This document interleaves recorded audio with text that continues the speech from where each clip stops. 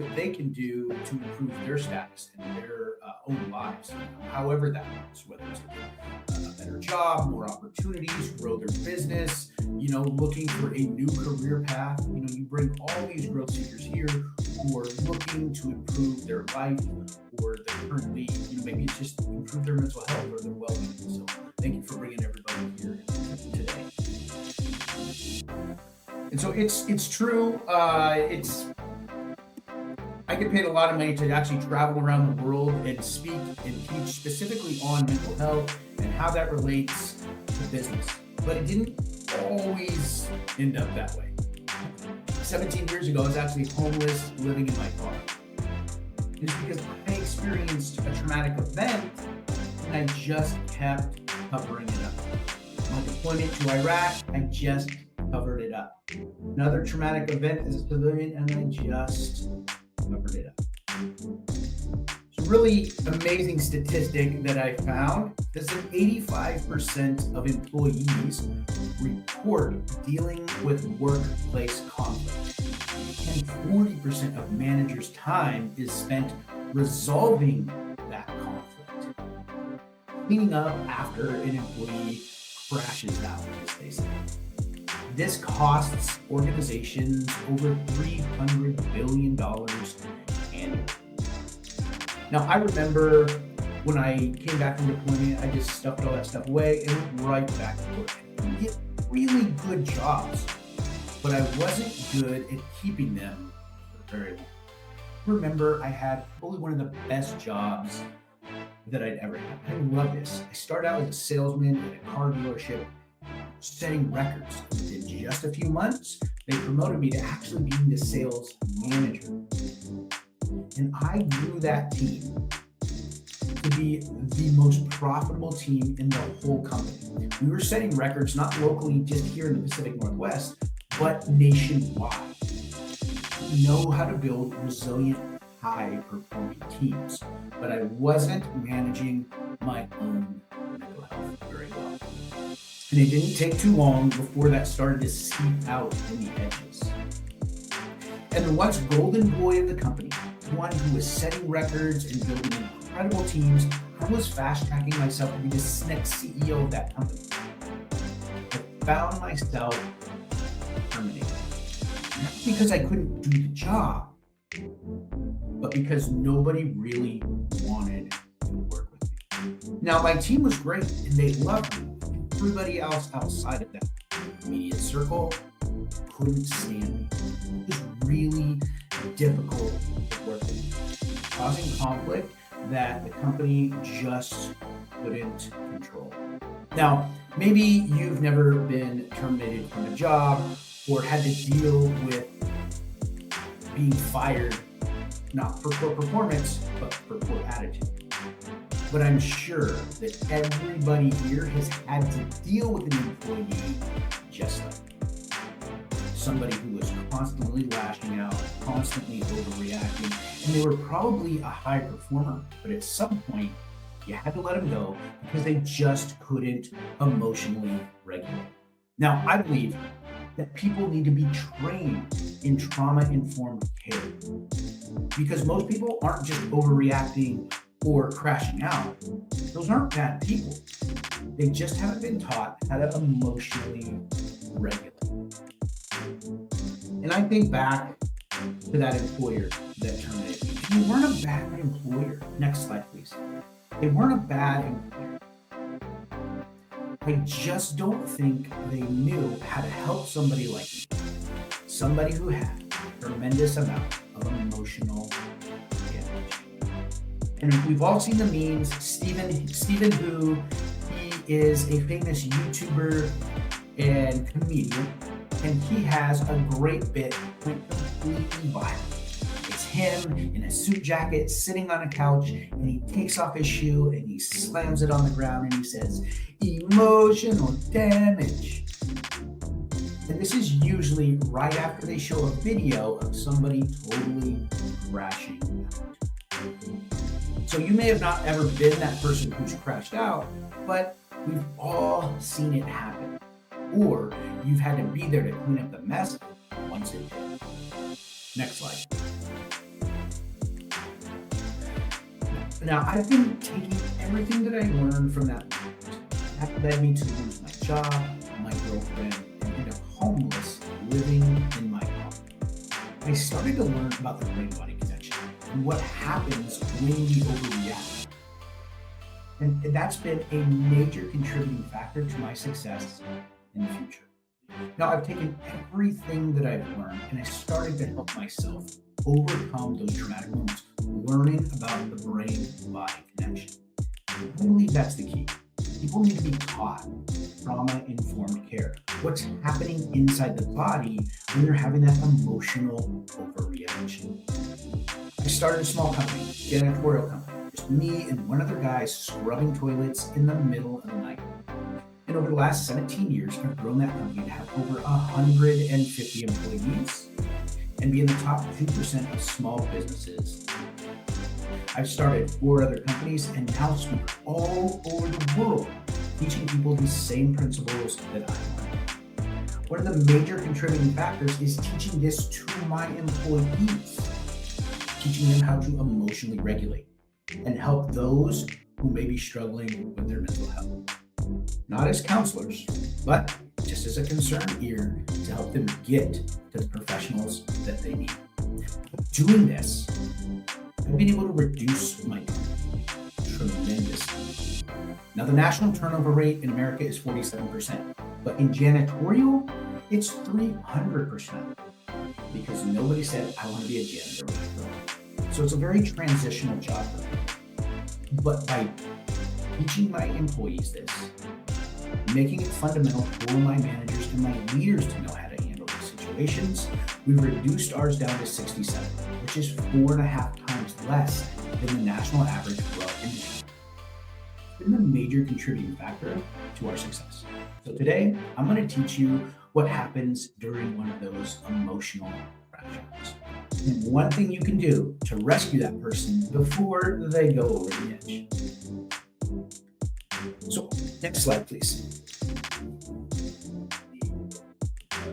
So I'm going to teach you these 3 simple things.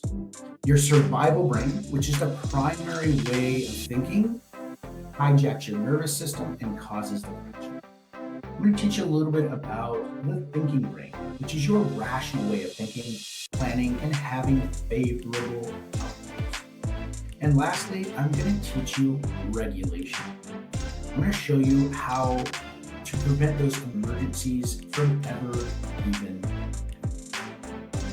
I don't believe that people who crash out have an anger. I believe they have a nervous system problem. Nobody's taught them how to regulate that nervous system, and so they go to anger instead of logic. Next slide. So this is your survival brain. It's run by your amygdala. It follows emotion and not logic. This is the automatic part of your brain.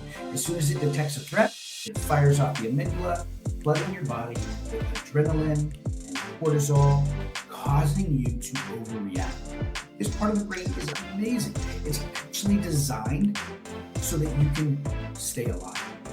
Now, the first time I experienced this survival brain, me and some buddies, we were about 10 years old, and we were riding our bikes to go to our favorite swimming hole called Lost Bridge. And to get to Lost Bridge, we had to ride about 7 miles. And then toward the last 1.5 miles, we had to hike up this huge hill. And you're just pedaling. Now, I didn't have the nice 10-speed bikes. I had the BMX bike. So no changing gears. You have to really be pumping those legs to get to the top. It's the mountains of Northern California in the middle of summer. It's hot, sweaty, and just as we crest that hill, we're exhausted. And we notice in the distance, just over yonder, there is this hillside that comes down, it flattens out where the road goes, and it drops. And we're watching this brown boulder tumble down the embankment and land right in the middle of the road. Now, what we thought was a boulder actually happened to be a brown bear. We didn't sit there and discuss what it was, what we should do next, what's our next move. No, we immediately began pedaling right past that bear down the hill to the swimming hole. what happened? Our brain recognized that there was an immediate threat to our life, a brown bear. And so we needed to get out of there. Our brain fired off two important chemicals. Give me 1 second.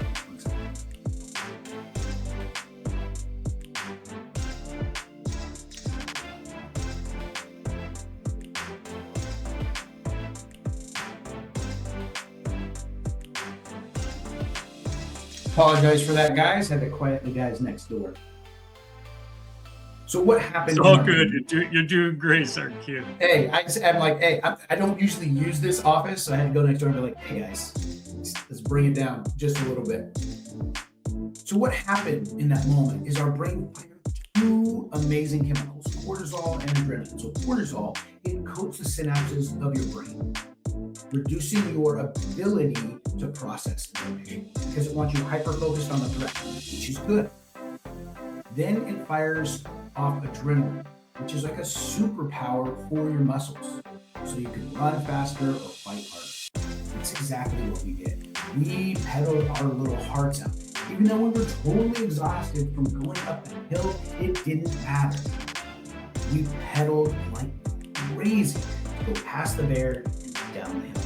Why did we go down instead of back up? Bakers don't run very well downhill, which is exactly why that bear tumbled down and ended up in the road in the first place. You must have spooked it.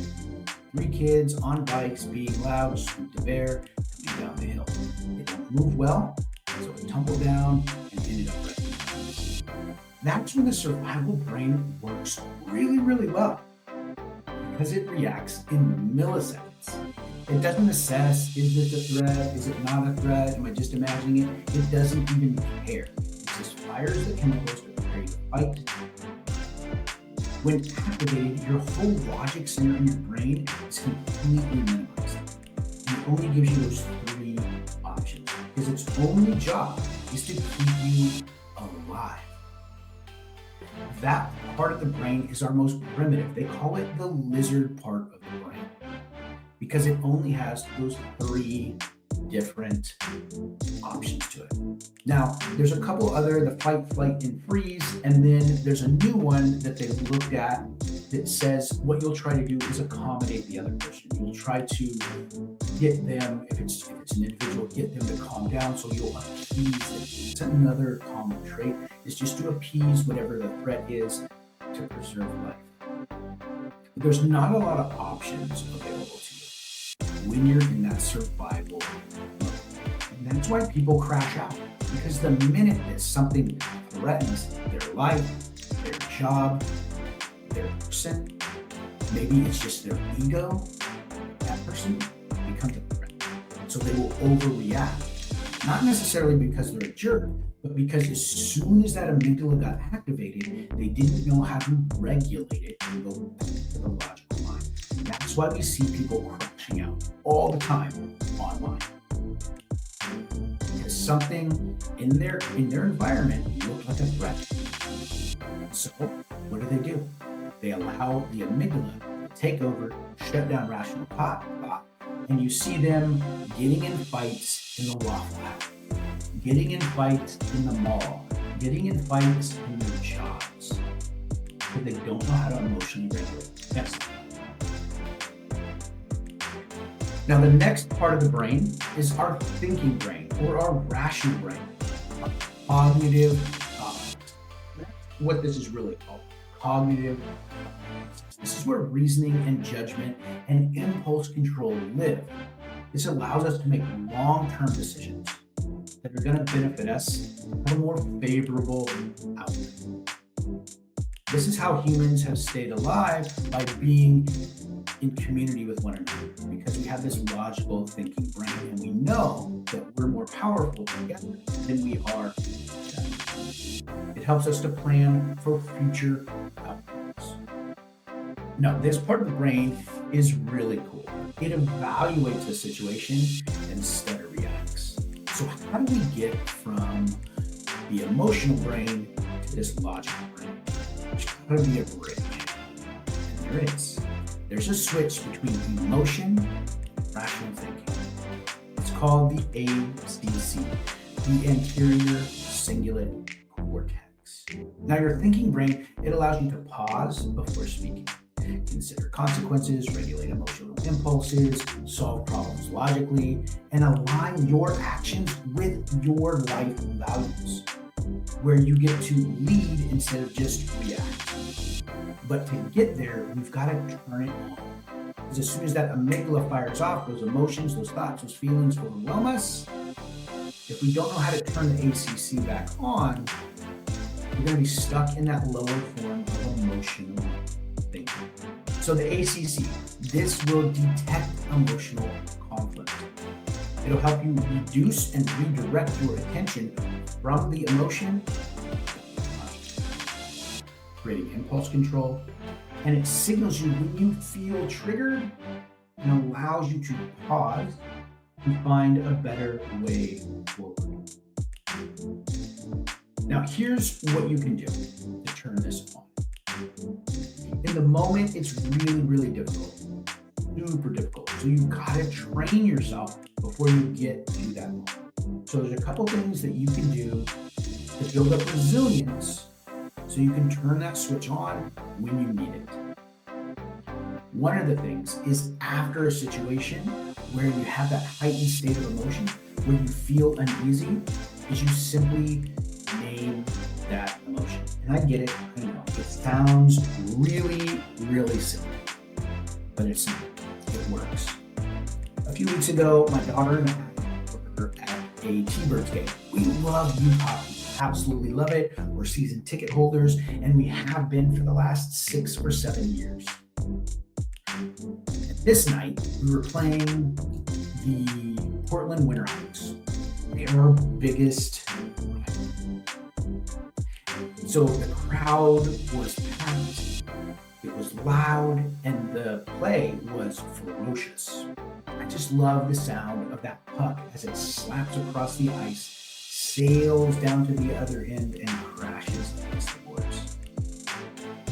I love the roar of the crowd when we score a goal and the red lights go off.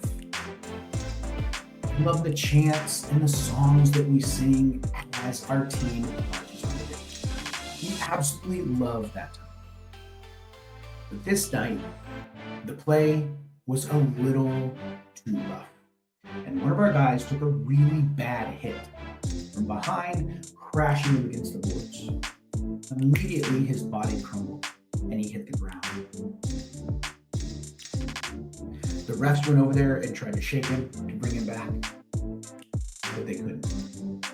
They called the trainers out onto the ice. They ran onto the ice. They rolled this young kid over.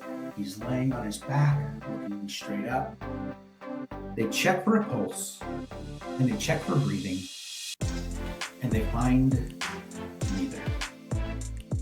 Immediately, the trainer starts CPR, and the ref calls 911. In that moment, I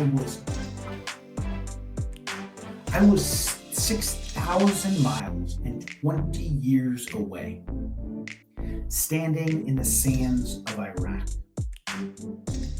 As one of my gunnery sergeants received CPR, calling in a medevac to get him off of the X. Moments later, I'm standing in my living room, watching the police give CPR to the man who just broke into my house and tried to rob me. And then,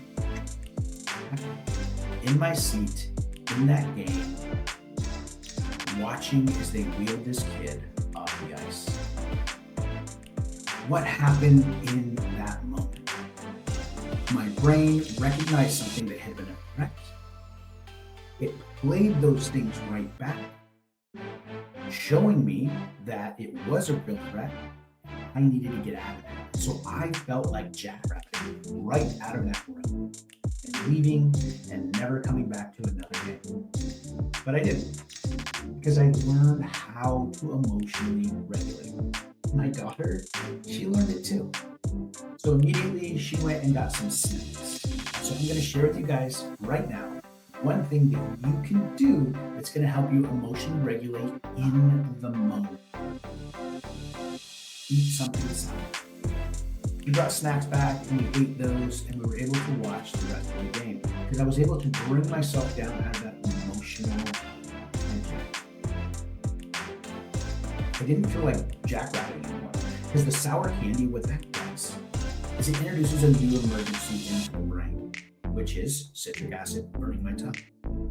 That then allows me to go back into that thinking brain because that saliva is directly connected to my vagus nerve, which is where my relaxed thinking brain is connected. What that means is it hyperactivates the salivatory glands, turning on my rational mind and allowing me to regulate in the moment. Now, the saliva goes into my stomach, turns my digestive system back on, and if you've ever dealt with anxiety like me, you know your body wants to evacuate your bowels immediately. I always thought that my brain was betraying me. It's not. It wants to evacuate your bowels because if you receive an injury, you're going to be less likely to get infection. And number two, no brown bear wants to eat something that's got crap over it. So it's your body's natural reaction to do that to help you preserve your life. Now here's the really, really cool part. It's something simple that you can have in your pocket at any time. Next slide. At any time. So when you're struggling emotionally, you can pop 2 or 3 pieces of sour candy and bring that rational mind back online. Now, this helps tremendously. It only helps in the moment. So next, I'm going to show you how to emotionally regulate before you ever get to that situation. And then what to do when you get there. So the first thing you need to do to strengthen your ACC, your anterior cingulate cortex, is to do hard things. Now, in the military and in the Leo world and first responder world, we do hard things all the time. And that's great. But we have to intentionally seek out difficult things. Learning a new skill, doing the ice plunge, or talking about your emotions. I know it's difficult, but it grows the ACC. When we do hard things, the myelin around our brain starts to grow, becomes more malleable, gives us more capacity to make better decisions. So you can trick your brain by using sour candy, but then you also have to do an AAR, after actions report. This is so important. After you have that mental health crisis, you have that flood of emotion, you've got to unpack it. You can't just stuff it down. That's exactly what my daughter and I did on the drive home. We sat there and we talked about how did we feel in that moment? What happened? And as we began to talk about our feelings, we started to feel better. Here's how this works. Studies show that when you can name the emotion you felt, it reduces it by 30%. 30% reduction in that emotional feeling when you can just name it. It's amazing. Now, there are some things that you can do, some processes that I share with people on how you can reduce it even further by 50%. It's a little bit more time, a little bit more work, but the one thing you can do today is to start naming those emotions as they come up. Because the trauma we experienced is saved in our brain as like a 4K video. And we need to take that high intensity video and reduce it down to like a 420 or 720p. So it's easier for us to process. And by naming the emotion, it's one of the steps you can do to be able to bring that emotion to something that you can actually manage properly. Next slide. Now, the question that I get most often is, how do I do these exercises? And can you help me understand this brain-body connection? Can you help me learn these processes? And the answer is yes. I work with people just like you every day, teaching them trauma-informed It's something that we should all be taught when we're in grade school, high school, and even college. But unfortunately, society has failed us. But I encourage you guys to take the next step. You can scan that QR code and I will show you. I do a very quick 2-hour class on trauma-informed care, giving you the basics of how the brain-body connection works, and you can take control of this system instead of just being a passive observer of it. You need to avoid crash out. If you're managing people, help you reduce the amount of conflict you have inside. Now, this is award-winning training. I received multiple awards from the Department of Veterans Affairs. I was named Seattle's Hometown Hero, and I received the Presidential Lifetime Achievement Award for this work. It's a quick 2-hour training that shows you how the brain and body work together. There's practical exercises in the ebook that I'll give you, and there are certifications available if you need them for this course. This is a live course. It's not recorded, so if you have questions, and we expect you to engage and interact in it, so that way you're learning, not just learning these skills, but you're actually doing them in the moment, and you're getting that repetition, that practical application, which is another way that you can build resilience through repetition. Now, if you scan the QR code, whether you sign up or not, I'm going to send you a free ebook about what we discussed today. It's going to help you start building resilience. This course teaches you how trauma affects your body and what to do about it. It prepares you to be the best and first resource for your friends and family. That means you're going to have less conflict in your life, and you're going to be able to build a more productive team. So whether you're looking for new employment, whether you're looking just to increase or upskill your current position, or whether you're looking to transform your current department, this course is perfect to help you do that. Next slide. All right, I have one last story for you guys.